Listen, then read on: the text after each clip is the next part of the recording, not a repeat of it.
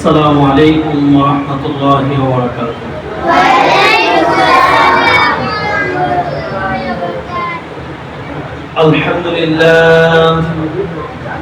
আলহামদুলিল্লাহ নাহমাদুহু ওয়া নাস্তাঈনুহু ওয়া নাস্তাগফিরুহু ওয়া নু'মিনু বিহি ওয়া নাতাওয়াক্কালু আলাইহি ওয়া না'উযু বিল্লাহি মিন শুরুরি আনফুসিনা ওয়া মিন সাইয়্যাতি আ'মালিনা।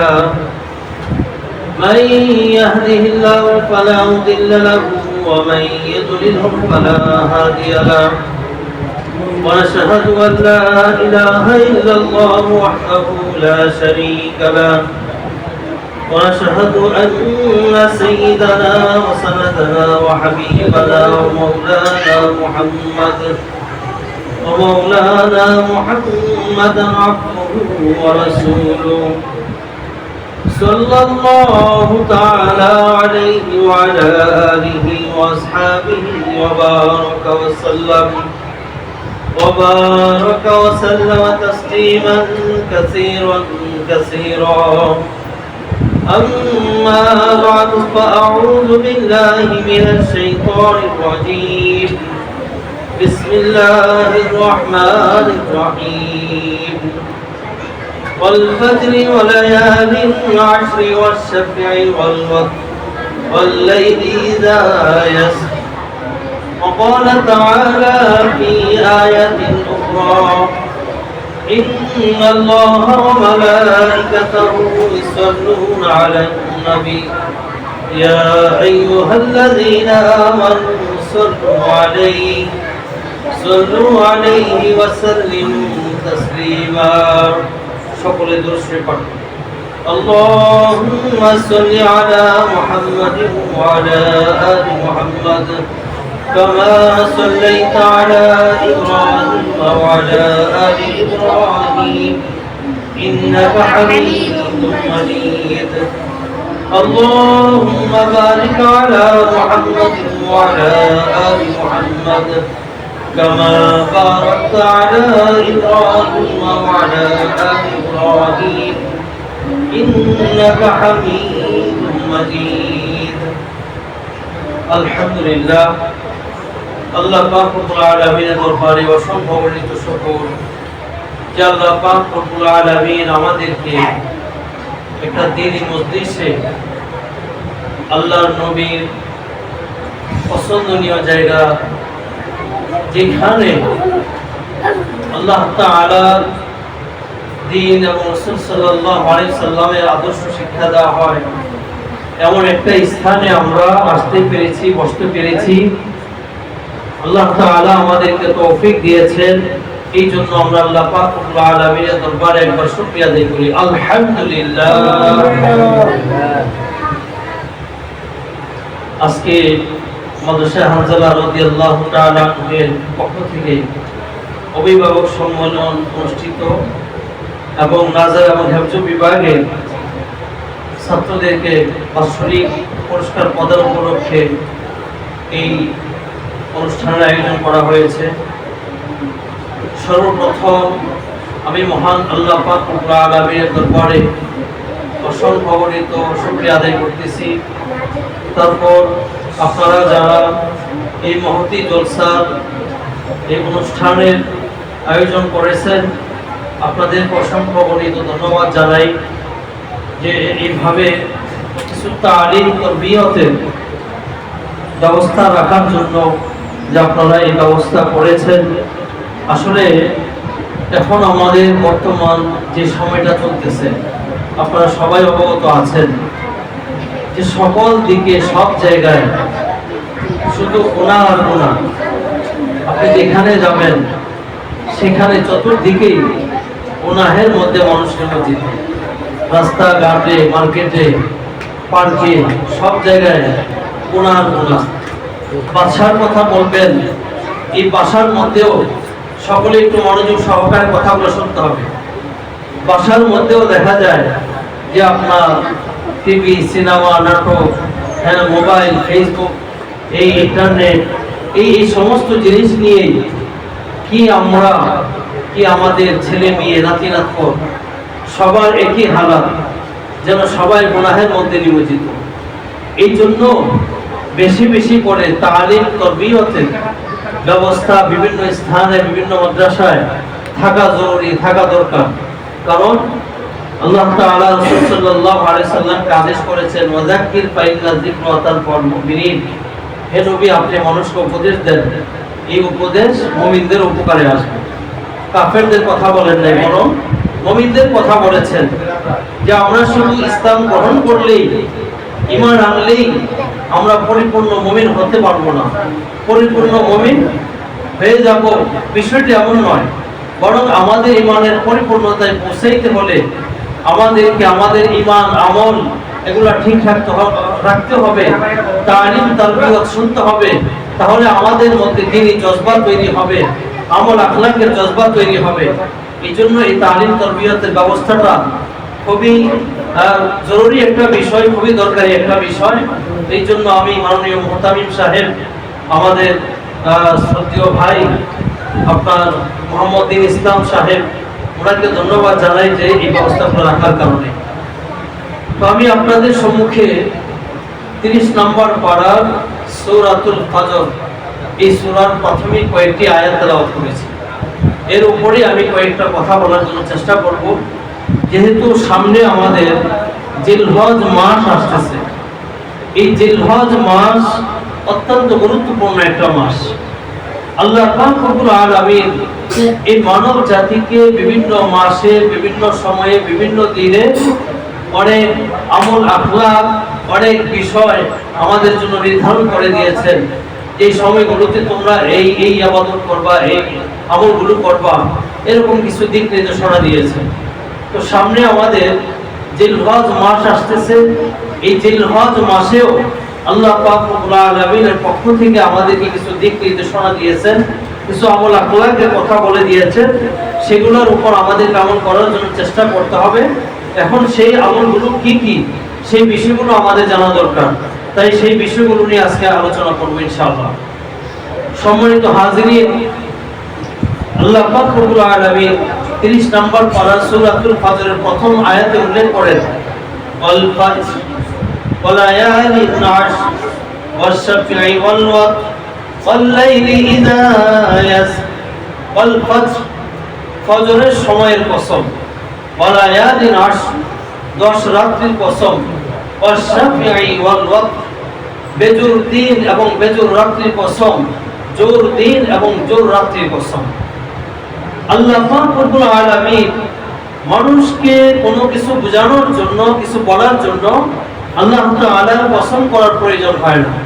কিন্তু তারপরেও আল্লাহ পাক রব্বুল আলামিন কোরআনের বিভিন্ন জায়গায়, বিভিন্ন সূরায়, বিভিন্ন স্থানে, বিভিন্ন আয়াতে আল্লাহ তাআলা বিভিন্ন বিষয়ের কসম করেছেন। এর দ্বারা কি বুঝিয়েছেন, ওয়াকি উলামায়ে কেরাম উল্লেখ করেন যে আল্লাহ তাআলার কসম করার প্রয়োজন হয় না। কারণ আমান আসদাকু মিনাল্লাহি কিলা, আল্লাহ তাআলার চাইতে সত্যবাদী আর কে হতে পারে। কিন্তু তারপরেও আল্লাহ পাক রব্বুল আলামিন কসম করেছেন। এর অর্থ ওয়াকি উলামায়ে কেরাম উল্লেখ করেন, এই জন্যই করেছেন যে এই বিষয়গুলো অত্যন্ত গুরুত্বপূর্ণ, অত্যন্ত সেনসিটিভ বিষয়। এই জন্য আল্লাহ তাআলা বিভিন্ন স্থানে, বিভিন্ন জায়গায়, বিভিন্ন বিষয় নিয়ে আল্লাহ তাআলা কসম করেছেন। তো আমি যে বিষয়টা আপনাদেরকে প্রথমে উল্লেখ করতে চাচ্ছি, যে আল্লাহ তাআলা বলতেছেন ওয়াল ফজরি, ফজরের সময়ের কসম। ফজরের কসম, ফজর কোন সময়? ফজর হলো আমরা যে দিনের শুরুভাগে যে নামাজ পড়ি, এটাকে ফজরের অর্থ বলা হয়, আর ওই সময়টাকে ফজরের নামাজ বলা হয়। এই সময়টা আল্লাহ তাআলার কাছে অত্যন্ত গুরুত্বপূর্ণ। আল্লাহ তাআলা অন্য আরেক আয়াতে উল্লেখ করেন, ওয়াস-সুবহি ইযা তানাফাস, ওই সময়ের কসম, সকালের সময়ের কসম। ওয়াস-সুবহি ইযা তানাফাস, যখন তার শ্বাস পেলে। অন্য আরেক আয়াতে উল্লেখ করেন, ওয়াস-সুবহি ইযা আসফার, সকালের কসম, যখন তা আলো উজ্জ্বল হয়, আলোকিত হয়, ওই সময়ের কসম। তো আল্লাহ পাক রব্বুল আলামিন এই তিনটা আয়াতে, এক আয়াতে আল্লাহ তাআলা ফজরের কসম করেছেন, আর তিনটা আয়াতে সকালের সময়ের কসম করেছেন।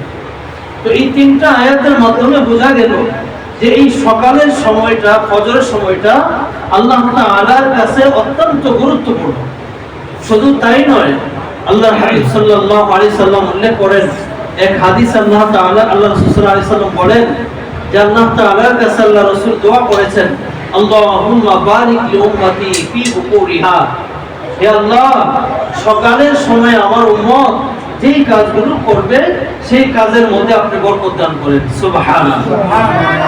আল্লাহুম্মা বারিক লি উম্মতি ফি বুকুরিহা, আল্লাহ সকালের সময় আমার উম্মত যেই কাজগুলো করবে সেই কাজের মধ্যে আপনি বরকত দান করেন। তাহলে বোঝা গেল এই সকালের সময়টা আল্লাহ তাআলার কাছে অত্যন্ত প্রিয় এবং বরকতময় সময়। যেই জায়গায় আল্লাহ রাসূল সাল্লাল্লাহু আলাইহি সাল্লাম দোয়া করেছেন, যে সময়ের জন্য আল্লাহ রাসূল দোয়া করেছেন, এই দোয়া আল্লাহ তাআলার কাছে বৃথা যেতে পারে না। ঠিক কি না বলেন?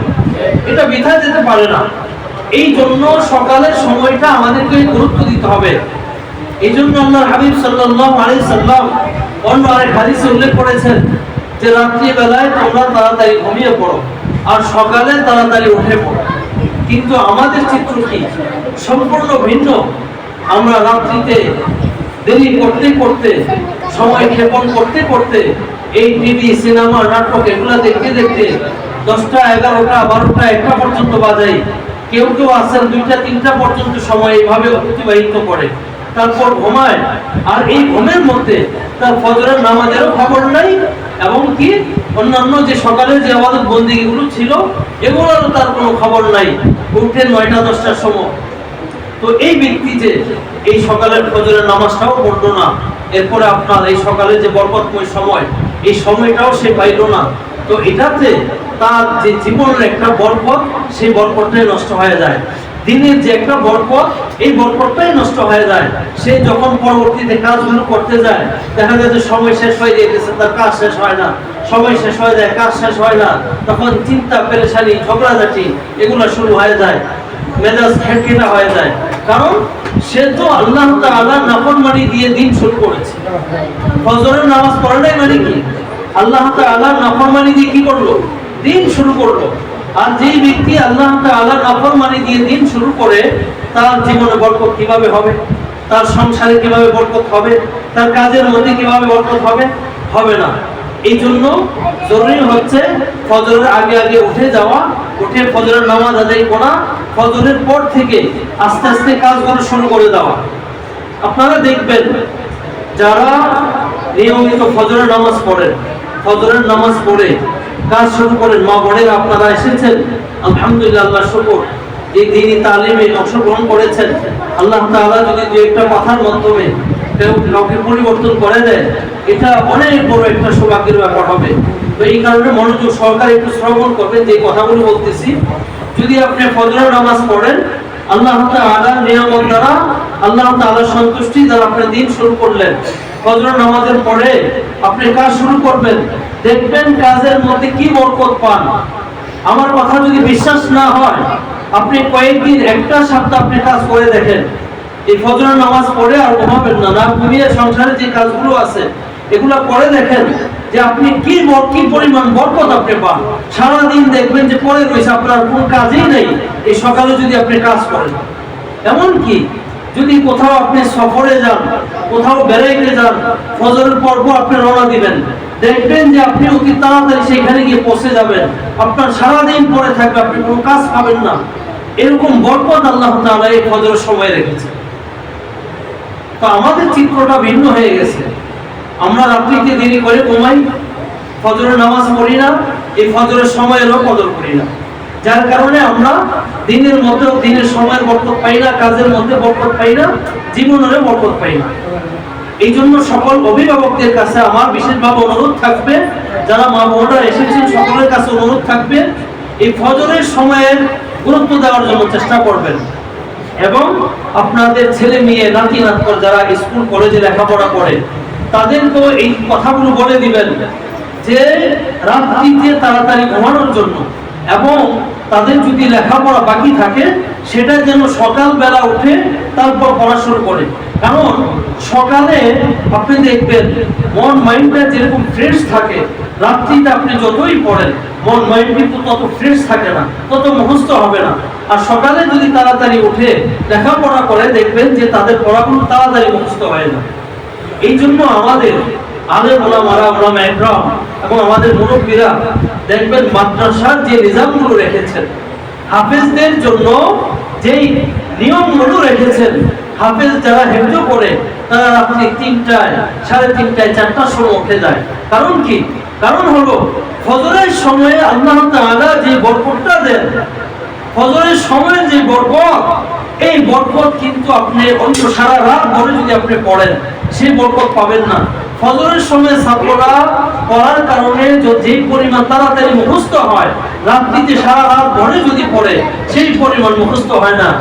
আমাদের উলামায়ে কেরাম, আমাদের মুরব্বিরা তারা এই হাদিস, কোরআন এবং নিজেদের তাজরিবা অর্থাৎ নিজেদের অভিজ্ঞতা থেকে তারা এই নিজামগুলো তৈরি করেছেন, এই নিয়মগুলো তৈরি করেছেন। যার কারণে আজকে দেখবেন যে আপনার তাওরাত, ইনজিল এবং জাবুর, অন্যান্য ধর্মীয় যে কিতাবগুলো ছিল সেই কিতাবগুলোর হাফেজ আপনি পুরা খ্রিস্টান ইহুদিদের মধ্যে যদি আপনি চষে বেড়ান দেখবেন যে 10-20 জন হাফেজ আপনি খুঁজে পাবেন না। কিন্তু আল্লাহ তাআলা আমাদের এই কোরআনের হাফেজ এত পরিমাণ, লক্ষ লক্ষ, কোটি কোটি হাফেজ এরকম ভাবে বের হইতেছে, প্রতি বছর হাজার হাজার ছাত্র বের হইতেছে। কারণ হলো এক তো আল্লাহ তাআলা এই কোরআনকে হেফাজত করবেন, মানুষের মাধ্যমে, হাফেজদের মাধ্যমে আল্লাহ তাআলা নিজে হেফাজত করবেন। আরেক হলো এই যে নিজাম তৈরি করে দিয়েছেন, এই নিজাম, এই নিয়ম কানুন, এটার মাধ্যমে এই ছাত্ররা, এই ছোট ছোট বাচ্চারা তারাও বরকত পাইতেছে। এই বরকতের কারণে তারা তাড়াতাড়ি কোরআনগুলো মুখস্থ করতে পারতেছেন এবং রাখতে পারতেছেন। এই জন্য আপনারা আপনাদের ছেলে মেয়ে, নাতি নাতক, যারা স্কুল কলেজে লেখাপড়া করে তাদেরকে আপনারা বলবেন যে বাবা তোমরা রাত্রিতে তাড়াতাড়ি ঘুমিয়ে পড়ো, সকালে তাড়াতাড়ি উঠে তারপর তোমরা লেখাপড়া করবে। দেখবেন যে কি পরিমাণ বরকত পায় আর কি পরিমাণ তারা লেখাপড়া তাড়াতাড়ি করতে পারে, কি পরিমাণ তাড়াতাড়ি মুখস্থ করতে পারে। তো আপনাদেরকে বলবো যে আপনারাও এই সকালে না ঘুমিয়ে সকালবেলা ফজরের নামাজ পড়বেন সম্ভব হলে। এরপরে আপনার দিনের শুরুতে যে নামাজগুলো আছে এগুলো পড়ার জন্য চেষ্টা করবেন। করার পরে আপনারা যে কাজকর্মগুলো আছে সংসারের, এই কাজকর্মগুলো করবেন। দেখবেন যে আল্লাহ তাআলা কি পরিমাণ বরকত দেন, এটা কল্পনাও করতে পারবেন না। এই গেল একটা বিষয় যে আল্লাহ তাআলা ফজরের সময় কসম করেছেন, ওয়াল ফাজরি, ফজরের সময়ের কসম। আল্লাহর হাবিব সাল্লাল্লাহু আলাইহি ওয়াসাল্লাম আল্লাহর কাছে দোয়া করেছেন, আল্লাহুম্মা বারিক লি উম্মতি ফি বুকুরিহা, হে আল্লাহ আমার উম্মত সকালবেলা যে কাজগুলো করবে এই কাজের মধ্যে আপনি বরকত দান করেন। সুবহানাল্লাহ। এই জন্য সকালের সময়টাকে গুরুত্ব দেওয়ার জন্য চেষ্টা করবেন। তো আমি যেই কথাগুলো বলতেছিলাম যে আল্লাহ তাআলা সূরাতুল ফজরের কয়েকটি আয়াতের মধ্যে কসম করেছেন, গুরুত্ব বুঝিয়েছেন যে এই বিষয়গুলো আমার কাছে অত্যন্ত গুরুত্বপূর্ণ। এক নম্বরে গেল ফজরের সময়ের ব্যাপারে আল্লাহ তাআলা কসম করেছেন, এই সময়টা আল্লাহ তাআলার কাছে অত্যন্ত গুরুত্বপূর্ণ, এটা আমরা জানতে পারলাম। দ্বিতীয় নম্বর আয়াতের মধ্যে আল্লাহ পাক রব্বুল আলামিন বলেন, ওয়ালায়ালিন আশ, 10 রাত্রির কসম, ওয়ালায়ালিন আশ, 10 রাত্রির কসম। এই 10 রাত্রি কোন 10 রাত্রি? মুহাক্কিক ওলামা একরাম উল্লেখ করেন, মুফাসসির একরাম উল্লেখ করেন, এই 10 রাত্রি হলো জিলহজ মাসের 1 তারিখ থেকে নিয়ে 10 তারিখ পর্যন্ত। এই প্রত্যেকটা যে রাত্রি আছে 10টি রাত্রি, এই রাত্রিগুলো নিয়ে আল্লাহ পাক রব্বুল আলামিন কসম করেছেন। ওয়ালায়ালিন আশ, 10টি রাত্রি নিয়ে আল্লাহ তাআলা কসম করেছেন। হযরতে আব্দুল্লাহ ইবনে আব্বাস রাদিয়াল্লাহু তাআলা আনহু রাসূল আকরাম সাল্লাল্লাহু আলাইহি সাল্লামের চাচাতো ভাই ছিলেন। তো একদিন রাসূল আকরাম সাল্লাল্লাহু আলাইহি সাল্লাম ইস্তেঞ্জা থেকে বের হয়ে দেখেন কে যেন বদনার মধ্যে পানি রেখে দিয়েছে, লোটাতে পানি রেখে দিয়েছে। তো রাসূল সাল্লাল্লাহু আলাইহি সাল্লাম তাকিয়ে দেখলেন যে 8-9 বছরের বাচ্চা আব্দুল্লাহ ইবনে আব্বাস, সে তার জন্য পানি প্রস্তুত করে রেখে দিয়েছেন। তো এটা দেখে রাসূল আকরাম সাল্লাল্লাহু আলাইহি সাল্লাম খুশি হয়ে গেলেন, তার জন্য দোয়া করলেন, আল্লাহুম্মা আল্লিমহু তাওয়িল ওয়া ফাক্কিহু ফিদ্দীন, হে আল্লাহ আপনি তাকে কোরআন এবং হাদিসের ব্যাখ্যা বিশ্লেষণ বোঝার তৌফিক দান করেন এবং ফিকহের বিষয়গুলো বোঝার তৌফিক দান করেন। আল্লাহ রাসূল দোয়া করেছেন, আল্লাহ তাআলা কবুল করেছেন। এবং আল্লাহ তাআলা তাকে এই পরিমাণ জ্ঞান দান করেছেন যে আপনার মুফাসসিরদের যত মুফাসসির আছে সকল মুফাসসিরদের সর্দার হচ্ছে হযরত আব্দুল্লাহ ইবনে আব্বাস রাদিয়াল্লাহু তাআলা। বড় বড় সাহাবা একরাম কোনো আয়াত সম্পর্কে ব্যাখ্যা বোঝার দরকার হলে, কোনো হাদিসের ব্যাখ্যা বোঝার দরকার হলে হযরত আব্দুল্লাহ ইবনে আব্বাস রাদিয়াল্লাহু তাআলার কাছে যাইতেন, যেটা এই আয়াতের মাধ্যমে কি বুঝিয়েছেন আল্লাহ তাআলা, তার কাছে যাইতেন এই ব্যাখ্যা বিশ্লেষণ বোঝার জন্য। এই হযরত আব্দুল্লাহ ইবনে আব্বাস রাদিয়াল্লাহু তাআলা এটা তাফসীর বলেছেন, ওয়ালায়ালিন আশ, এই যে 10 রাত্রির কসম করেছেন আল্লাহ তাআলা, এটা দ্বারা বুঝিয়েছেন জিলহজ মাসের 1 তারিখ থেকে 10 তারিখ রাত্রি, এই 10 রাত্রি যে আছে এই 10টা রাত্রি আল্লাহ তাআলা কসম করেছেন। তাহলে বোঝা গেল আল্লাহ তাআলা যে রাত্রিগুলোর কসম করেছেন এই রাত্রিগুলোর মর্যাদা আল্লাহ তাআলার কাছে আছে কি আছে না বলেন? আল্লাহ তাআলার কাছে গুরুত্ব আছে কি আছে? যেখানে আল্লাহ তাআলা কসম করেছেন এটা বুঝতে হবে যে এই বিষয়গুলো অত্যন্ত গুরুত্বপূর্ণ বিধায় আল্লাহ তাআলা এই বিষয়গুলো নিয়ে কসম করেছেন। শুধু তাই নয়, আল্লাহর হাবিব সাল্লাল্লাহু আলাইহি সাল্লাম হাদিসে উল্লেখ করেছেন 10 রাত্রির কথা আল্লাহ তাআলা কোরআনে বলেছেন, আর আল্লাহর রাসূল 10 দিনের ব্যাপারে হাদিসে বলেছেন, মা মিন আইয়ামিন আহাব্বু ইলাল্লাহি আন তা'বাদা লাহু ফিহা মিন আশরি যিল হিজ্জা, মা মিন আইয়ামিন আহাব্বু ইলাল্লাহি আন তা'বাদা লাহু ফিহা মিন আশরি যিল হিজ্জা, যে আল্লাহ তাআলার কাছে মা মিন আইয়ামিন আহাব্বু ইলাল্লাহ, যে আল্লাহ তাআলার কাছে আর কোনো দিন প্রিয় নাই, আইতা আবাদা লাহু ফিহা মিন আশরি যিল হিজ্জা, যে জিলহজ মাসের যে প্রথম যে 10টি দিন আছে এই দিনগুলো আল্লাহ তাআলার কাছে যত প্রিয় তার চাইতে আর কোনো প্রিয় দিন আল্লাহ তাআলার কাছে নাই। সুবহানাল্লাহ। আল্লাহ রাসূল সাল্লাল্লাহু আলাইহি সাল্লাম অন্য আরেকটা হাদিসে উল্লেখ করেছেন যে এই জিলহজ মাসের এক একটা রাত্রি লাইলাতুল কদর রাত্রি সমপরিমাণ। সুবহানাল্লাহ। এবং বলেছেন এই যে জিলহজ মাসের এক একটা দিনের রোজা, প্রথম 10 দিনের 9 দিন তো রোজা রাখতে হয়, এই 9 দিনের এক একটা দিনের রোজা এক এক বছরের রমজান মাসের রোজার সমপরিমাণ সওয়াব। সুবহানাল্লাহ। তাহলে কত গুরুত্বপূর্ণ বিষয়। জিলহজ মাসের 1 তারিখ থেকে 9 তারিখ 10 তারিখ তো ঈদ, এই ঈদের দিন তো আর রোজা রাখা যায় না। এই 9 দিনের রোজাটা আল্লাহ তাআলার কাছে কি অত্যন্ত গুরুত্বপূর্ণ, অত্যন্ত গুরুত্বপূর্ণ। যদি এক এক দিন রোজা রাখে এক এক বছর রমজানের রোজার সমপরিমাণ সব আল্লাহ তাআলা দান করবেন। আর যদি রাত্রিগুলোতে ইবাদত বندگی করে তাহলে লাইলাতুল কদর রাত্রি সমপরিমাণ সব আল্লাহ তাআলা দান করবেন। সুবহানাল্লাহ। তো এই জন্য আমাদের সামনে খুবই নিকটবর্তী এই যে আপনার শনিবার থেকে 1 তারিখ শুরু হইতেছে জিলহজ মাসে, হ্যাঁ, তো এই আমরা মানে শুক্রবার থেকে প্রস্তুতি নিয়ে রাখবো। শুক্রবার দিবাগত রাত্রি, দিনকে রাত্রি যে আসবে এই রাত্রি থেকে শুরু হবে, তো আমরা এই রাত্রির ইবাদত বندگی করার জন্য চেষ্টা করব। সাথে সাথে আমরা যে পরের দিন যে দিনগুলো আছে এই দিনগুলোতে আমরা যারা পারি প্রত্যেক দিন রোজা রাখার জন্য চেষ্টা করব। 9 দিন প্রত্যেক দিন রোজা রাখার জন্য চেষ্টা করব।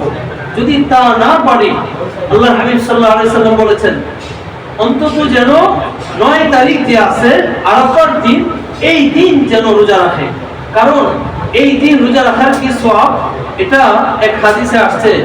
সাহাবা একরাম জিজ্ঞাসা করলেন, হে আল্লাহর রাসূল, মুহররম মাসের 10 তারিখে রোজা কি ফজিলত, আর এই জিলহজ মাসের 9 তারিখে রোজার কি ফজিলত, কোনটার মর্যাদা বেশি?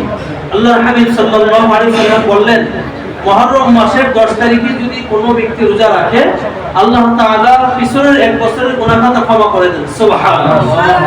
আর যদি কোনো ব্যক্তি এই জিলহজ মাসের 9 তারিখে অর্থাৎ আরাফার দিন রোজা রাখে তাহলে আল্লাহ পাক রব্বুল আলামিন পিছনের 1 বছরের গুনাহ খাতা ক্ষমা করে দেন এবং সামনের 1 বছরের গুনাহ খাতা আল্লাহ তাআলা ক্ষমা করে দেন। সুবহানাল্লাহ। আমরা কি বুঝতে পেরেছি? জিলহজ মাসের 9 তারিখে রোজা রাখলে পিছনের 1 বছরের গুনাহ খাতা ক্ষমা করে দেন এবং সামনের 1 বছরের গুনাহ খাতা কি করে দেন? ক্ষমা করে দেন। এখন প্রশ্ন আসতে পারে যে হুজুর আগামী বছর আমি বেঁচে থাকবো কিনা এটার তো নিশ্চয়তা নাই, তাহলে আগামী বছর আমাকে কিভাবে গুনাহ খাতা ক্ষমা করবেন? মুফাসসিরিন একরাম উল্লেখ করেছেন, মুহাদ্দিসিন একরাম উল্লেখ করেছেন যে যেই ব্যক্তিকে আল্লাহ তাআলা এই 9 তারিখে রোজা রাখার তৌফিক দিবেন, তার বুঝতে হবে আগামী 1 বছর তার হায়াত আল্লাহ তাআলা রেখেছেন। সুবহানাল্লাহ। কারণ যেহেতু আল্লাহ রাসূল বলেছেন যে আগামী 1 বছর গুনাহ তো আল্লাহ তাআলা কি করে দেন? ক্ষমা করে দেন। এই জন্য বুঝতে হবে যে আল্লাহ তাআলা তার আগামী 1 বছরের হায়াতও তার রেখেছেন, নয়তো আল্লাহ তাআলা তাকে এই দিনে রোজা রাখার তৌফিক দিতেন। এই জন্য আমরা চেষ্টা করব যদি বাকি 8 দিন রোজা নাও রাখতে পারি, অন্তত আপনার এই জিলহজ মাসের 9 তারিখ আরাফার দিন যেন আমরা রোজা রাখি, এইটা আমরা খুবই গুরুত্ব দেওয়ার জন্য চেষ্টা করব। তো আমি বলতেছিলাম আল্লাহর হাবিব সাল্লাল্লাহু আলাইহি সাল্লাম বললেন যে আল্লাহ তাআলার কাছে জিলহজ মাসের এই 9 দিনের 10 দিন, কোরবানির দিন নিয়ে 10 দিন, এই 10 দিনের চাইতে উত্তম এবং প্রিয় আর কোনো দিন নাই। আল্লাহ রাসূল সাল্লাল্লাহু আলাইহি সাল্লাম এই হাদিস দ্বারা আমাদেরকে এর গুরুত্ব বুঝিয়েছেন। সাহাবায়ে কেরাম জিজ্ঞাসা করলেন, ওয়ালাল জিহাদু ফি সাবিলিল্লাহ, হে আল্লাহর রাসূল, যদি আমরা জিহাদ করি সেটা কি এই 9 দিনের রোজা রাখা উত্তম হবে কিনা? যদি আমরা জিহাদ করি তাহলে এই 9 দিনের রোজা রাখার উত্তম হবে কিনা? জিহাদ কাকে বলে? জিহাদ হলো এমন একটা বিষয় যেখানে গেলে নিজের জান প্রাণ সব উৎসর্গ করে দিতে হয়। সে আর ফিরে আসবে এটার কি কোনো নিশ্চয়তা নাই। সে মৃত্যুবরণ করতে পারে, শহীদ হয়ে যেতে পারে। আর মানুষের প্রাণের চেয়ে জানের চেয়ে প্রিয় আর কিছুই নাই। মানুষের জান প্রাণের চেয়ে প্রিয় আর কিছু আছে? জান প্রাণের চেয়ে আর প্রিয় কিছু নাই। সেইখানে চাইতে বলা হয়েছে যে আপনার ওয়ালাল জিহাদ ফি সাবিলিল্লাহ। সাহাবায়ে কেরাম জিজ্ঞাসা করতেছেন যে জিহাদটা উত্তম হবে না এই দিনগুলোতে রোজা রাখাটা উত্তম হবে? আর জিহাদ হলো যেখানে নিজের জীবনকে উৎসর্গ করে দিতে হয়, নিজের আপন প্রাণকে উৎসর্গ করে দিতে হয়। আর মানুষের কাছে সবচেয়ে প্রিয় হচ্ছে এই জান এবং প্রাণ, ঠিক কিনা বলেন? আমরা যতই বলি যে আমার ছেলে সন্তান, আমার স্বামী বা আমার স্ত্রী আমার কাছে অনেক প্রিয়, এটা যখন ওই রকম ঘটনার সম্মুখীন হয় তখনই বুঝে আসে আসলে নিজের চাইতে প্রিয় কি কেউই না। নিজের জানটাই সবার কাছে কি প্রিয়। যেমন আমরা অনেক সুনামিতে বা আপনার বিভিন্ন এই টর্নেডো এগুলোর মধ্যে আমরা দেখেছি, ইন্দোনেশিয়ার আপনার যখন সুনামি হয়েছিল তখন একজন মা 2টা সন্তান, সে দেখতেছে 2টা সন্তানকে নিয়ে যেতে হলে তার নিজেকে মৃত্যুবরণ করতে হবে। তখন সে সিদ্ধান্ত নিল একজনকে নিয়ে যাবে, একজনকে যদি নিয়ে যায় তাহলে সে সুন্দরভাবে যেতে পারবে। এই জন্য সে করলো কি, একজনকে রেখে আরেকজনকে নিয়ে সে বের হয়ে গেল।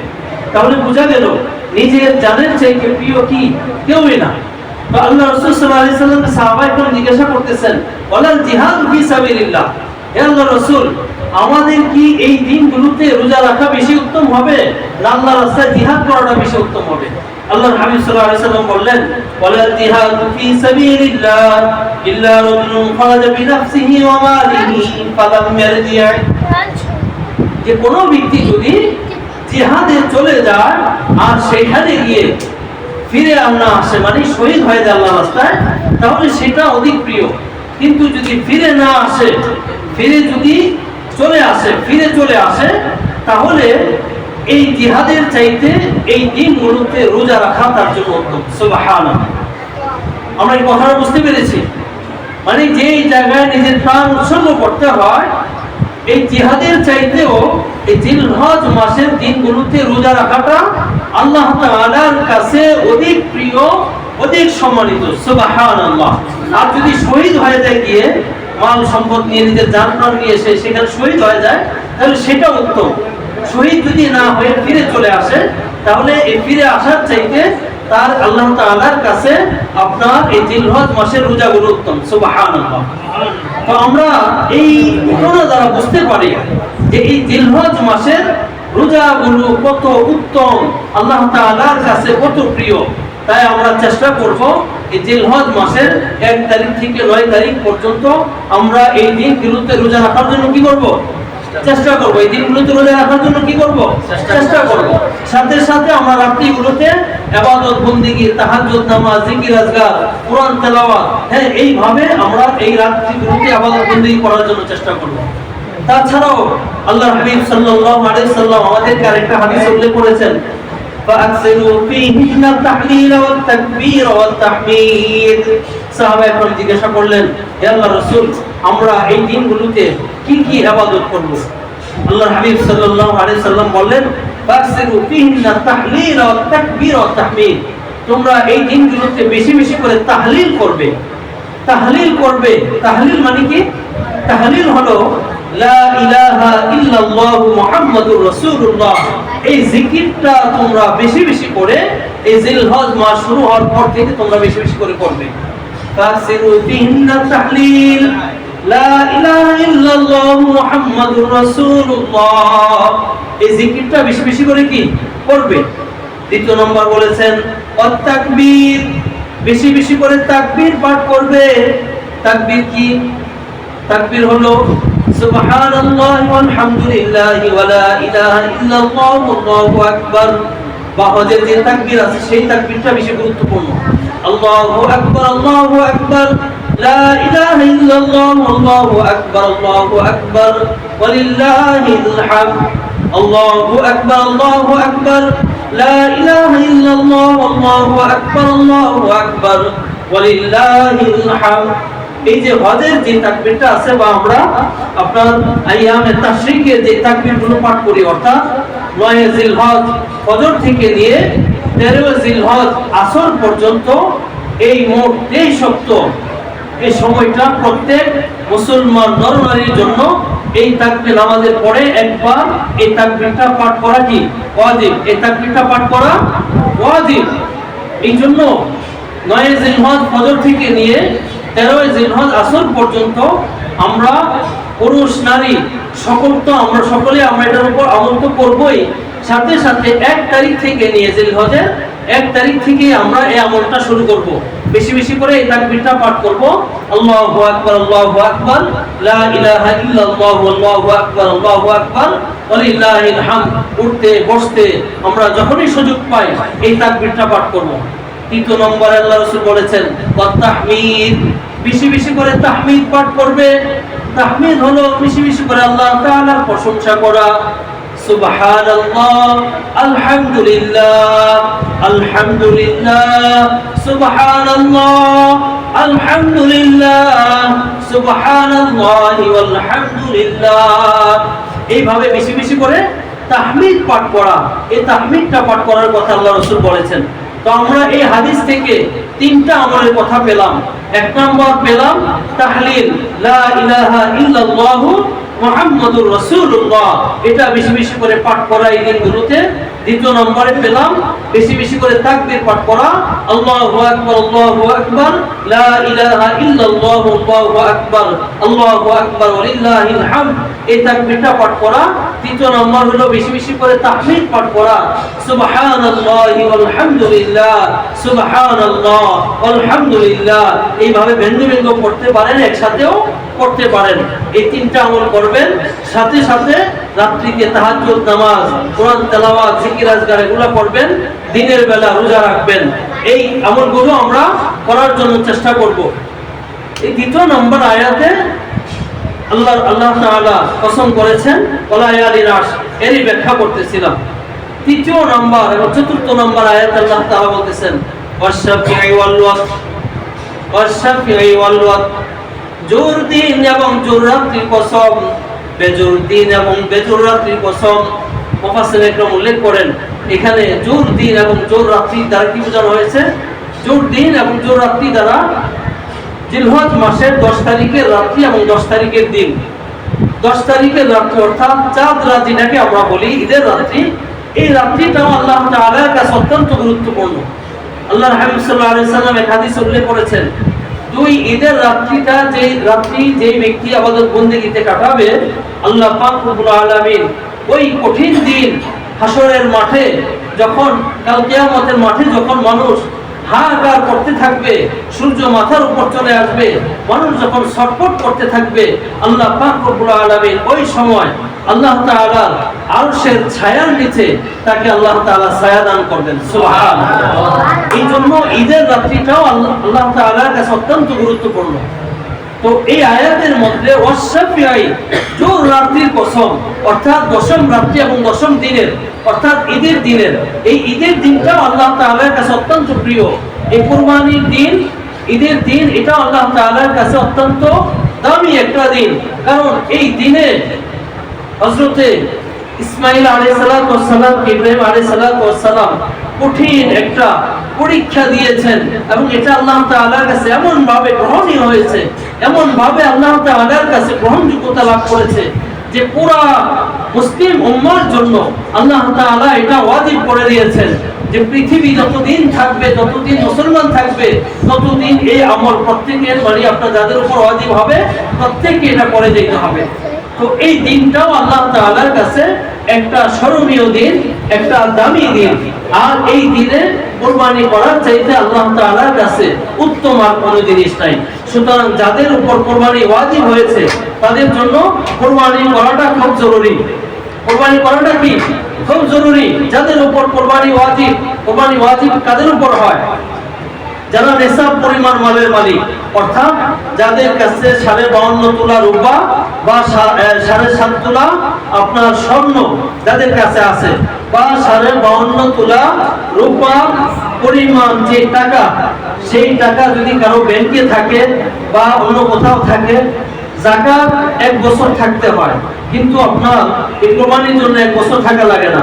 আপনার জিলহজ মাসের এই 3 দিনে যে কোনো দিনে যদি কারো কাছে চলে আসে বা থাকে, তাহলে তার উপর কি হয়ে যাবে? কুরবানিটা ওয়াজিব হয়ে যাবে। হ্যাঁ, এখন আপনারা যে রূপার যে ঘড়ি আছে, রূপার ঘড়ি যদি আপনারা 2000 টাকা ধরেন, তাহলে আপনারা কি 52.5 ঘড়ি, তাহলে আপনার কত আসে? ধরুন আপনার 1,04,000, আপনার 5,000 ধরতে পারেন, বা আরেকটু যদি বেশি আসে, আপনি যদি 2000 বা 2100 টাকা আপনার ঘড়ি ধরেন, তাহলে আর কিছু বেড়ে আসবে। আপনারা একটু এটা জেনে নিয়ে তারপর কত টাকায় এটা নেশাবটা হইতেছে জেনে নিয়ে যাদের কাছে ওই সময় এই পরিমাণ টাকা থাকবে তাদের উপর কোরবানিটা ওয়াজিব হবে। এই জন্য এই কোরবানির দিন ওয়াশফিআই ওয়াল ওয়াত, আল্লাহ তাআলা কসম করতেছেন ওয়াশফিআই ওয়াল ওয়াত, জোর দিনের কসম, জোর রাত্রির কসম, এবং বেজোর দিন, বেজোর রাত্রির কসম। জোর দিন এই ঈদের রাত্রিকে বোঝানো হয়েছে এবং জোর রাত্রি ঈদের রাত্রিকে বোঝানো হয়েছে, জোর দিন ঈদের দিনকে বোঝানো হয়েছে। এই জন্য এই জোর দিনটা ও ঈদের দিনটা আল্লাহ তাআলার কাছে অত্যন্ত গুরুত্বপূর্ণ। যাদের কুরবানি ওয়াজিব হয় তারা যেন আমরা কুরবানি করি, কারণ এই কুরবানিরও অনেক ফজিলত রয়েছে।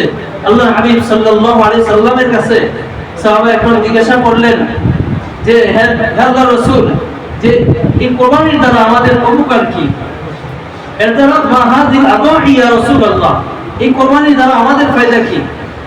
মা হাযিল আদাহি ইয়া রাসূলুল্লাহ, এই কুরবানিটা কি? তখন আল্লাহর হাবিব সাল্লাল্লাহু আলাইহি সাল্লাম বললেন সুন্নাত আবিকুম ইব্রাহিম আলাইহিস সালাতু ওয়াস সালাম, যেটা হচ্ছে হযরতে ইব্রাহিম এবং ইসমাঈল আলাইহিস সালাতু ওয়াস সালামের সুন্নাত। ক্বালু ফামা লানা ফিহা ইয়া রাসূলুল্লাহ, আল্লাহ রাসূলকে আবার জিজ্ঞাসা করলেন যে এর মধ্যে আমাদের জন্য কি উপকার রয়েছে, কি ফায়দা রয়েছে? আল্লাহ হাবিব সাল্লাল্লাহু আলাইহি সাল্লাম বললেন, ক্বালু, আল্লাহ রাসূল সাল্লাল্লাহু আলাইহি সাল্লাম বললেন যে কুরবানির দ্বারা তোমাদের ফায়দা হচ্ছে যে পশুটা তোমরা কুরবানি করবে, এর যে পশমগুলো রয়েছে, এর যে চুলগুলো রয়েছে, প্রত্যেকটা পশমের বিনিময়ে আল্লাহ তাআলা তোমাদেরকে এক একটা নেকি দান করবেন। সুবহানাল্লাহ। সাহাবায়ে কেরাম আবার জিজ্ঞাসা করলেন, ক্বালু ফাসুফি ইয়া রাসূলুল্লাহ, হে আল্লাহর রাসূল, যেগুলো আপনার ভেড়া, দুম্বা, এদের যে পশমগুলো থাকে, এগুলোর বিনিময়ে কি দেওয়া হবে? আল্লাহ হাবিব সাল্লাল্লাহু আলাইহি সাল্লাম বললেন, হ্যাঁ, এগুলোর বিনিময়ে তোমাদেরকে এক একটা পশমের বিনিময়ে আল্লাহ তাআলা এক একটা নেকি দান করবেন। সুবহানাল্লাহ। এই জন্য দেখবেন যে আপনারা যারা আমরা কুরবানি করি, যে পশম কত হাজার হাজার লক্ষ লক্ষ কোটি কোটি পশম থাকে এক একটা প্রাণীর মধ্যে, এটা আমরা বর্ণনা করে শেষ করতে পারবো না। তো এক একজন কুরবানি দেয়, কি পরিমাণ, কত পরিমাণ সওয়াব যে হাসিল করে, এটা তো আপনার বর্ণনা করে শেষ করা যাবে না। এই জন্য ওয়াশফিআই ওয়াল ওয়াত, ওয়াশফিআই, যে আল্লাহ তাআলা জোর দিন এবং জোর রাত্রি কসম করেছেন, ঈদের রাত্রিটা ইবাদত বন্দেগী করে কাটাবেন, এবং ঈদের দিন আল্লাহ তাআলার কাছে সবচেয়ে প্রিয় হলো কুরবানি করা। হ্যাঁ, আল্লাহ তাআলার কাছে এই দিনের সবচেয়ে প্রিয় আমল হচ্ছে কুরবানি করা। এই জন্য যাদের উপর কুরবানি ওয়াজিব, কুরবানি করার জন্য চেষ্টা করবেন, এবং এই দিনেও যেন কোনো আমাদের থেকে কোনো নাফরমানি না হয়, সেই জন্য আমাদেরকে চেষ্টা করতে হবে। এরপর বলছেন আল্লাহ তাআলা ওয়াশফি ওয়াল ওয়াতর, অর্থাৎ বেজুর রাত্রি এবং বেজুর দিনের কসম। এর দ্বারা বুঝিয়েছেন 9 তারিখ রাত্রি এবং 9 তারিখ দিন, জিলহজ মাসের 9 তারিখের রাত্রি এবং 9 তারিখের দিনকে বুঝিয়েছেন। 9 তারিখের রাত্রি আল্লাহ তাআলার কাছে গুরুত্বপূর্ণ এবং দিনটা অত্যন্ত গুরুত্বপূর্ণ, কারণ এই দিনে হাজী সাহেবগণ আরাফার ময়দানে আল্লাহ তাআলার কাছে হাজিরা দেন, লাব্বাইক আল্লাহুম্মা লাব্বাইক লা শারীকা লাক লাব্বাইক ইন্নাল হামদা ওয়ান নি'মাতা লাক ওয়াল মুলক লা শারীকা লাক। এইভাবে আল্লাহ তাআলার কাছে কি করেন? হাজিরা দিতে থাকেন পাগলের বেশে। এইভাবে হাজিরা দিতে থাকেন। আপনার তাদের শরীরে কোনো সেলাই যুক্ত কোনো কাপড় থাকে না, আপনার পাগলের বেশ, যে সাদা কাপড়, সবাই এলোমেলো চুল, পায়ের মধ্যে জুতাও থাকে না, আল্লাহ তাআলার কাছে হাজিরা দিতে থাকে, দোয়া করতে থাকে।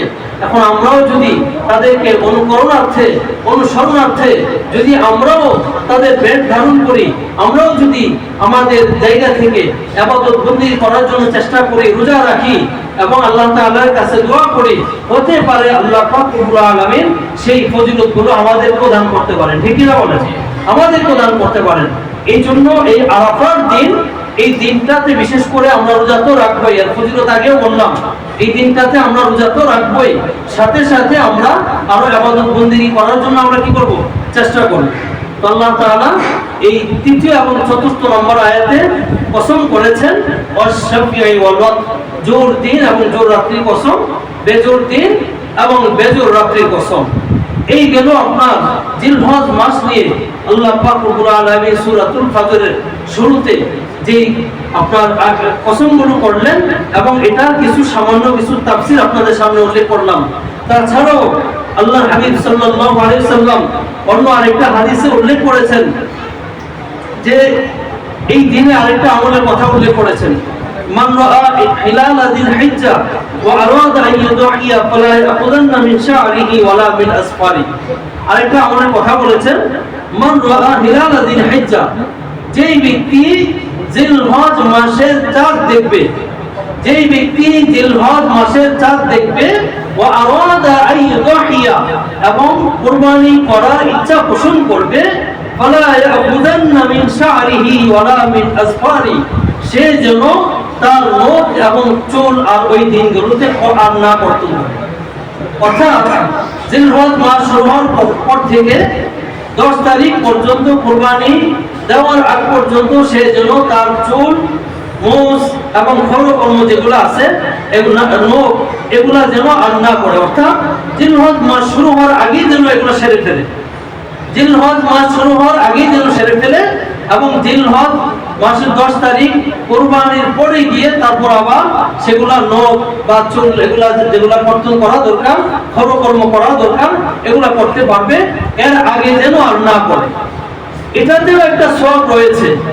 কারণ হলো হাজী সাহেবরা যারা হজ করতে গেছেন, তারা এইভাবে এলোমেলো আল্লাহ তাআলার পাগল হয়ে তারা এই দিনগুলো কাটান, একমাত্র আল্লাহ তাআলাকে রাজি খুশি করার জন্য কাটান। তো এটার মাধ্যমে একটা অনুকরণ হয়ে যায় এই হাজী সাহেবদের, যে যদি আপনিও আপনার নখ, আপনার চুল, আপনার মোষ, আপনার খরকর্ম এগুলো না করেন, কেমন যেন তাদের একটা অনুকরণ হয়ে গেল, কেমন যেন তাদের একটা সামঞ্জস্যতা আপনার করা হয়ে গেল। এই জন্য আমরা যারা আলোচনা শুনতেছি, আমরা এই শুক্রবারে আপনার মাগরিব থেকে জিলহজ মাস শুরু হয়ে যাবে।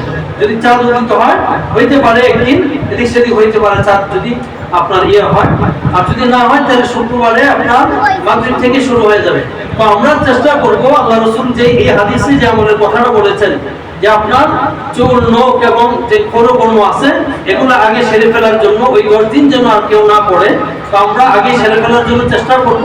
ওই 10 দিন আমরা আর করবো না, তাহলে আল্লাহ রাসূলের এই হাদিসের উপর আমল করা হবে, সাথে সাথে হাজী সাহেবদের একটা কি অনুকরণ হবে।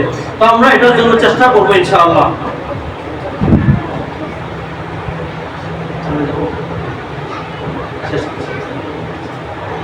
তো আলহামদুলিল্লাহ, আমরা আজকে এই জিলহজ মাসের এবং কুরবানি সম্পর্কে সামান্য কিছু কথা বললাম মাঝখানে।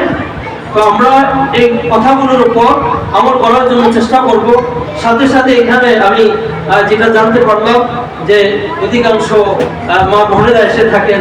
আসলে মা বোনেরা তো পুরুষরা যেমন মসজিদে যেতে পারে, শুক্রবারে জুমার দিন গিয়ে আলোচনা শুনে বিভিন্ন জায়গায় তালিম তরবিয়তে অংশগ্রহণ করতে পারে, মা বোনদের সেই সুযোগগুলা অতটা হয় না। তো আপনারা বিভিন্ন এই যে তালিমের পয়েন্ট আসার কারণে হয়তো মাঝে মধ্যে একটু শুনেন। তো আপনাদের কাছে একটা ছোট একটা হাদিস থেকে কিছু একটা কথা বলবো। যে আল্লাহর হাবিব সাল্লাল্লাহু আলাইহি সাল্লাম একটা হাদিসে বলেছেন যে আল মারআতু ইযা সাল্লাত খামসাহা ওয়া আহসানাত ফারজাহা ওয়া তাআত বা'দাহা ফালতাদখুল মিন আইয়ি আবওয়াবিল জান্নাহ। যে আল্লাহ রাসূল বলেন আল মারআতু ইযা সাল্লাত খামসাহা ওয়া সামাত শাহরাহা ওয়া আহসানাত ফারজাহা ওয়া তাআত বা'দাহা ফালতাদখুল মিন আইয়ি আবওয়াবিল জান্নাহ।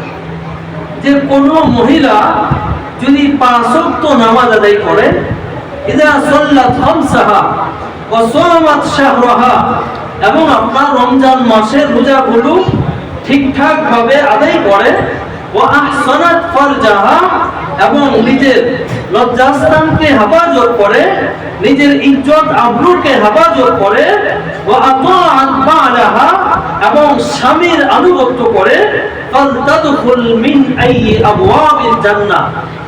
সে চাইলে জান্নাতের 8টি দরজার যে কোনো দরজা দিয়ে সে জান্নাতে প্রবেশ করতে পারে। সুবহানাল্লাহ। কত গুরুত্বপূর্ণ একটা বিষয়। বেশি কথা বলেন নাই, মাত্র 4টা বিষয়ের কথা বলেছেন। এক হইল 5 ওয়াক্ত নামাজের গুরুত্ব দিতে হবে, 5 ওয়াক্ত নামাজ আদায় করতে হবে। দ্বিতীয় নম্বর, রমজান মাসের রোজাগুলো আদায় করতে হবে। তৃতীয় নম্বর বলেছেন নিজের ইজ্জত আবরুকে হেফাজত করতে হবে, নিজের ইজ্জত আবরুকে হেফাজত করতে হবে। যাক, যদি আমি বিস্তারিত আলোচনা করতে যাই অনেক সময় চলে যাবে, আমি বিস্তারিত আলোচনা যাচ্ছি না। এর মাঝখান থেকে একটা বিষয় নিয়ে শুধু আলোচনা করবো।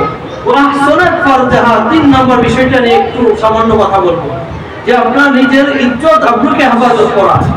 অনেক মা বোনেরা আছেন যে নামাজ পড়েন, রোজাও রাখেন, অনেক জিকির আজকারও করেন, কিন্তু যদি বলা হয় যে আপনি পর্দা করেন, সেটা কেমন যেন মনের মধ্যে একটা খটকা লেগে যায় যে আমি সব করতে পারবো কিন্তু পর্দা করতে পারবো না। অনেক মা বোনেরা আছেন নিজেরাও বলে থাকেন যে আমি আজকে এত জিকির করেছি, 1000 বার 2000 বার জিকির করেছি, এই তাহাজ্জুদ নামাজ পড়েছি, এরকম অনেক আমলের কথা বলেন। ইমাম সাহেবদেরকে, খতিব সাহেবদেরকে আপনারা জানান, কিন্তু আপনারা নিজেরা পর্দা করেন না। নামাজটা যেমন ফরজ, তেমনি ভাবে এই নিজের ইজ্জত আবরু পর্দা করাটা, হেফাজত করা, এটাও ফরজ বিধান। এটাকে আমরা কেমন যেন অনেক মানুষ এটাকে মানতেই পারি না। হুজুর নামাজ পড়ার কথা বলেন, নামাজ পড়বো, জিকিরের কথা বলেন, জিকির করব, কোরআন তেলাওয়াতের কথা বলেন, কোরআন তেলাওয়াত করব, অন্যান্য ইবাদতের কথা বলেন, করব, কিন্তু পর্দার কথাটা বললে কেমন যেন আমাদের মা বোনেরা একটু আপনার কি বলে বাঁকা হয়ে যায়, একটু বিগড়ায় বসে। হুজুর পর্দার কথা ছাড়া কি কথা বলতে পারেন না? পর্দাটা বললেই যেন কেমন যেন একটু বিগড়ায় বসে। তো এটাও যে একটা ফরজ বিধান, এটাও যে এটার জন্য আল্লাহ তাআলার কাছে জবাবদিহিতা করতে হবে। আর এটা তো এমন একটা বিষয় যে যত পুরুষরা আপনাকে দেখবে, প্রত্যেকটা দেখার বিনিময় আপনি এক একটা গুনাহ কামাই করছেন। যত পুরুষ আপনাকে দেখবে, প্রতিটা মুহূর্তে আপনি রাস্তা দিয়ে যাচ্ছেন, যত পুরুষ আপনাকে দেখবে, তারা দেখে যে পরিমাণ গুনাহ করতেছে, আপনাকে দেখার কারণে, আপনি বেপর্দা হয়ে চলাফেরা করার কারণে, আপনি প্রত্যেকটা পুরুষ যেই পরিমাণ গুনাহ হাসিল করতেছে, আপনি একাই তাদের সকলদের সম পরিমাণ গুনাহ হাসিল করতেছেন। অথচ আপনি এটাকে সামান্য বিষয় মনে করতেছেন। আবার অনেকে আছেন যে আপনার এই পোশাক পরিধান করেও কেমন যেন না করার মতো। আল্লাহ হাবিব সাল্লাল্লাহু আলাইহি সাল্লামের হাদিসে উল্লেখ করেছেন কাসিয়াতুন আরিয়াতুন, যে অনেক মানুষের যেমন এমন কিছু মানুষ থাকবে, মহিলারা থাকবে, যারা পোশাক পরিধান করার পরেও তারা উলঙ্গ, আল্লাহ রাসূল এটা বলেছেন। এটা ব্যাখ্যায় মুহাদ্দিসিন একদম উল্লেখ করেন, এটা তারা কি বুঝিয়েছেন? একটা বুঝিয়েছেন যে মহিলারা এমন টাইট ফিট কাপড় পরিধান করবে যেটার কারণে তাদের শরীরের অবয়ব ফুটে উঠবে, বোঝা যাবে এরকম টাইট ফিট কাপড় পরিধান করবে। আজকে আমরা আমাদের সমাজে দেখতে পাই, রাস্তাঘাটে মার্কেটে যখন আমরা বের হই, মানে আমরা যারা মোটামুটি ধর্ম মানি, কর্ম মানি, যারা নিজেরা মোটামুটি নামাজি, কালামি, তালিম, তরবিয়তের সাথে জড়িত আছি, মানে মার্কেটে গেলে বা বিভিন্ন স্থানে গেলে আমরা নিজেরা লজ্জিত হয়ে যাই। আমরা তাদের পোশাক আদি দেখে নিজেরা লজ্জিত হয়ে যাই, এমন একটা অবস্থা। কিন্তু তারা লজ্জা পায় না যে আমাকে দেখে একটা মানুষ কি বলবে, আমাকে দেখে একটা মানুষ কি মন্তব্য করতে পারে। এই সমস্ত মহিলারা, মা বোনেরা লজ্জা পায় না। এক নম্বরে বলেছেন এমন টাইট ফিট কাপড় পরিধান করা, যে এই কাপড় পরিধান করার পরেও আল্লাহ তাআলার কাছে আল্লাহ রাসূল বলেছেন এরা উলঙ্গ। একজন নারী উলঙ্গ হয়ে চলাফেরা করার কারণে যেরকম গুনাহগার হইতো, এই টাইট ফিট কাপড় পরিধান করে বের হওয়ার কারণে ওই নারী সেই পরিমাণ গুনাহগার হবে, সেই পরিমাণ আল্লাহ তাআলার কাছে নাফরমানি হিসেবে আখ্যায়িত হবে। দ্বিতীয় নম্বরে বলেছেন যে এমন পাতলা কাপড় পরিধান করা, এমন পাতলা কাপড় পরিধান করা যেটার কারণে শরীরের অঙ্গ প্রত্যঙ্গ দেখা যায়। তো আমরা রাস্তাঘাটে বের হলে এগুলো আছে কি আছে না বলেন তো দেখি আপনারা? রাস্তাঘাটে অভাব আছে? অভাব নাই। তো এদেরকে বলা হয়েছে কাসিয়াতুন আরিয়াতুন, এরা কাপড় পরিধান করার পরেও এরা উলঙ্গ। একজন নারী উলঙ্গ হওয়ার কারণে যে পরিমাণ গুনাহগার হবে, সেই পরিমাণ গুনাহগার হবে এই পাতলা কাপড় পরিধান করে রাস্তাঘাটে বের হওয়ার কারণে। কারণ এরাও এই কাপড় না পরার মতো অবস্থা থাকে। আর এই জিনিসটাকে আমরা সাধারণ মনে করতেছি। আমাদের মা বোনদের মধ্যে অনেকে আছেন মুরব্বী হয়ে গেছেন, বা অনেকেই আছেন আমি নিজে পর্দা করি, নিজে বোরকা পরি, কিন্তু আমার সাথে আমার যুবতী মেয়ে, আমার নাতনি যে যুবতী আছে, তাদেরকে যখন নিয়ে যাই, তারা যে এইভাবে বেহায়াপনা ভাবে চলাফেরা করে, এটাকে আমি কিছুই মনে করতেছি, এটাকে আমি সাধারণ বিষয় মনে করতেছি। আর আমি বলি আমার দিকে কেউ তাকাবে না, আমি একবারে হাত মোজা, পা মোজা সবকিছু ঢেকে বের হইতেছি, আর যেটার দিকে তাকাবে সেটাকে আমি এইভাবে উলঙ্গ করে বের হইতেছি। তো এটা আমাদের পুরো কপাল ছাড়া আর কিছু নয়, বদনসিবি ছাড়া আর কিছু নয়।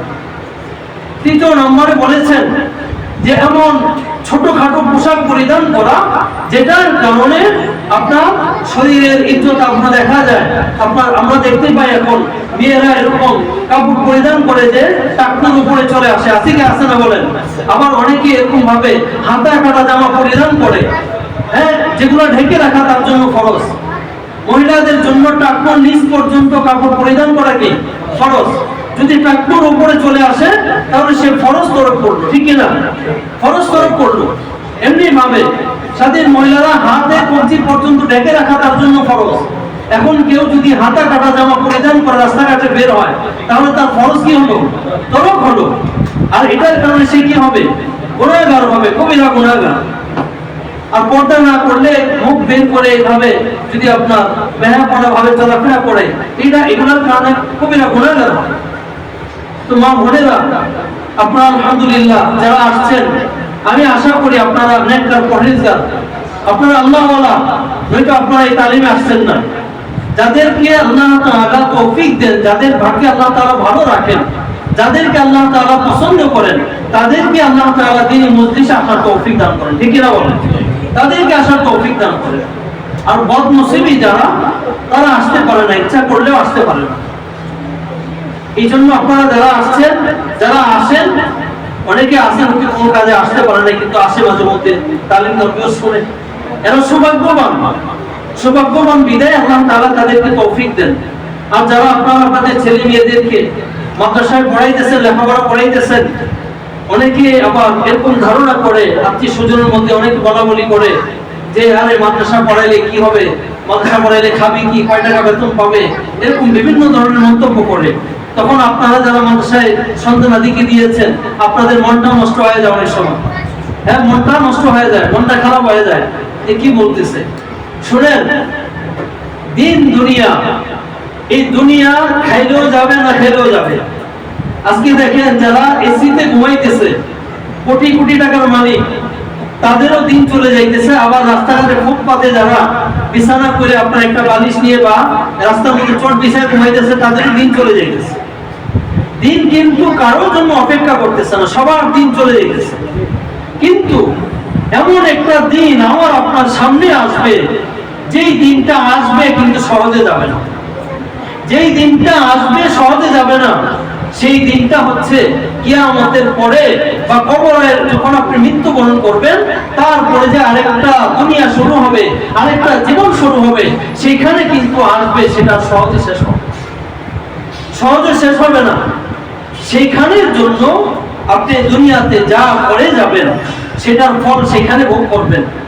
আজকে আপনি যদি একজন হাফেজ বানিয়ে যান, সন্তানকে আলেম বানিয়ে যান, দিনদার বানিয়ে যান, এরা যে দোয়া করবে, যে আমলগুলো করবে, আপনি কবরে বসে বসে পাইতে থাকবেন। সুবহানাল্লাহ।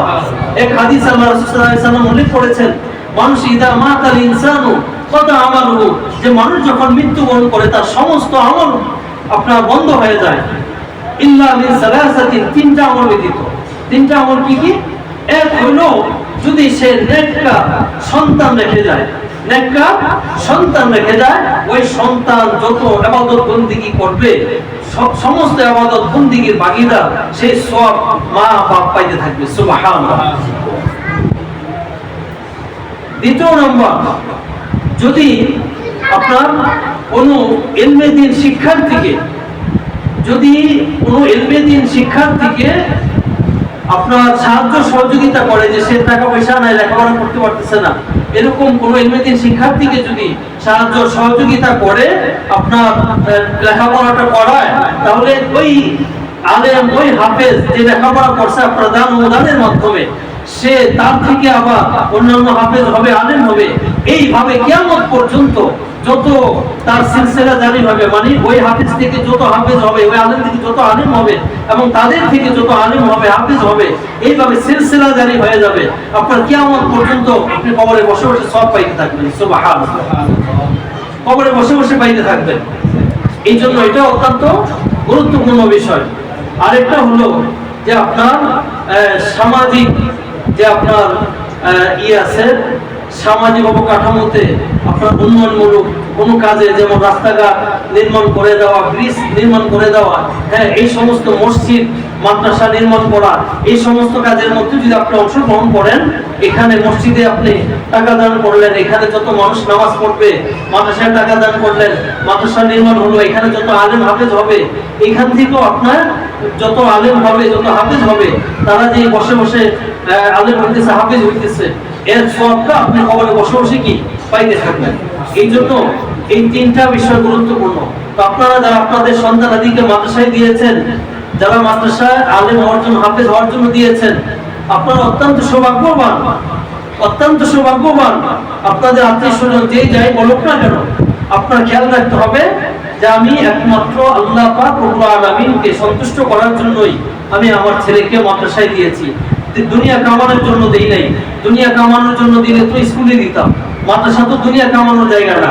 কিন্তু তারপরেও আপনাদেরকে বলি যে কোনো মাদ্রাসার আলেম, কোনো মাদ্রাসার শিক্ষক না খেয়ে নেই, বরং আল্লাহ তাআলা তাদেরকে দুনিয়া আখিরাত সব জায়গায় আল্লাহ তাআলা তাদেরকে সম্মান দিয়েছেন। দুনিয়া তো সম্মান দিয়ে রাখতেছেন, আখিরাতে তাদের জন্য অনেক অনেক সম্মান রয়েছে। এখন আলোচনা করার সময় নেই, নয়তো আজকে যদি এই বিস্তারিত আলোচনা করতাম বুঝতে পারতেন যে হাফেজ আলেমদের কি কি মর্যাদা রয়েছে। সেদিকে আমি আজকে আর যাচ্ছি না। তো আপনারা একটাই লক্ষ্য থাকবে যে আল্লাহ এবং আল্লাহ রাসূল সাল্লাল্লাহু আলাইহি সাল্লামকে রাজি এবং খুশি করার জন্য আমি আমার ছেলেকে মাদ্রাসায় দিয়েছি। এই ছেলে যদি হাফেজ হতে পারে, আলেম হতে পারে, দেখবেন একজন আলেম হাফেজ একটা এলাকাকে সংশোধন করে দিতে পারে, একটা পরিবারকে সংশোধন করে দিতে পারে, একটা মহল্লাকে সংশোধন করে দিতে পারে, যেটা অন্য কোনো শিক্ষার্থী কখনো পারবে না। অন্য কোনো শিক্ষার্থী কখনো পারবে না। একজন দুনিয়ার জজ, ব্যারিস্টার আপনার হয়তো দুনিয়ার সাময়িক কাজে আসতে পারে, কিন্তু একজন আলেম আপনার দুনিয়া এবং আখিরাত উভয় জগতের কাজে আসবে। দুনিয়াতে আপনি কোন ইবাদতটা কিভাবে করবেন, কিভাবে করলে সহিহ হবে, কিভাবে করলে আল্লাহ তাআলার কাছে গ্রহণযোগ্যতা লাভ করবে, এটাও এই আলেমের মাধ্যমে আপনি জানতে পারবেন।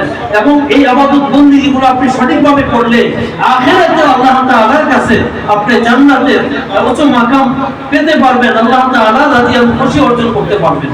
তাহলে আপনি একজন আলেমের মাধ্যমে, হাফেজের মাধ্যমে দুনিয়া আখিরাত উভয় জগতে উপকৃত হইতেছেন।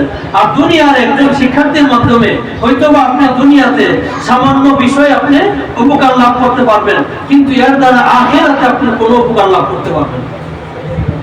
আখিরাতে কোনো উপকার লাভ করতে পারবেন না। আলেম হাফেজ একজন আলেম দ্বারা আপনি দুনিয়া এবং আখিরাত উভয় জগতে উপকার লাভ করতে পারবেন। তো যাই হোক, অনেক সময় হয়ে গেল, যে কথাগুলো বললাম এই কথাগুলোর উপরে আল্লাহ পাক রব্বুল আলামিন আমাদের সকলকে আমল করার তৌফিক দান করুন। আমিন। ওয়া আখির দাওয়ানা আলহামদুলিল্লাহি রাব্বিল আলামিন।